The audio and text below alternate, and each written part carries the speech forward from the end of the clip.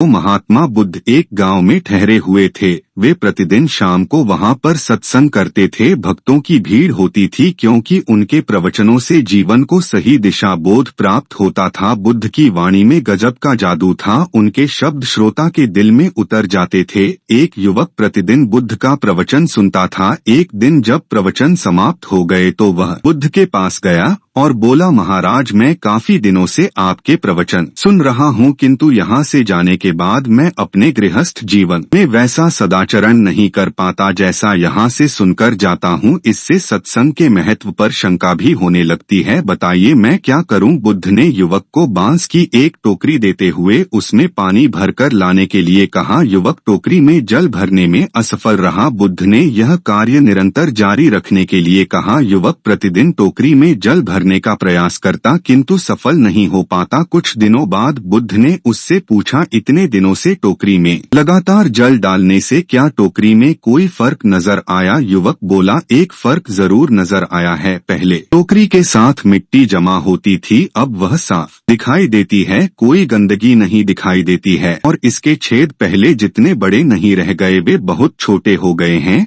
तब बुद्ध ने उसे समझाया, यदि इसी तरह उसे पानी में निर डालते रहोगे तो कुछ ही दिनों में यह छेद फूलकर बंद हो जाएंगे और टोकरी में पानी भर पाओगे। इसी प्रकार जो निरंतर सत्संग करते हैं उनका मन एक दिन अवश्य निर्मल हो जाता है। अवगुणों के छिद्र भरने लगते हैं और गुणों का जल भरने लगता है। युवक ने बुद्ध से अपनी समस्या का समाधान पा लिया। निरंतर सत्संग से दुर्जन भी सज्जन हो जाते हैं, क्योंकि महापुरुषों की पवित्र वाणी उनके मानसिक विकारों को दूर कर उनमें सद विचारों का आलोक प्रसारित कर देती है।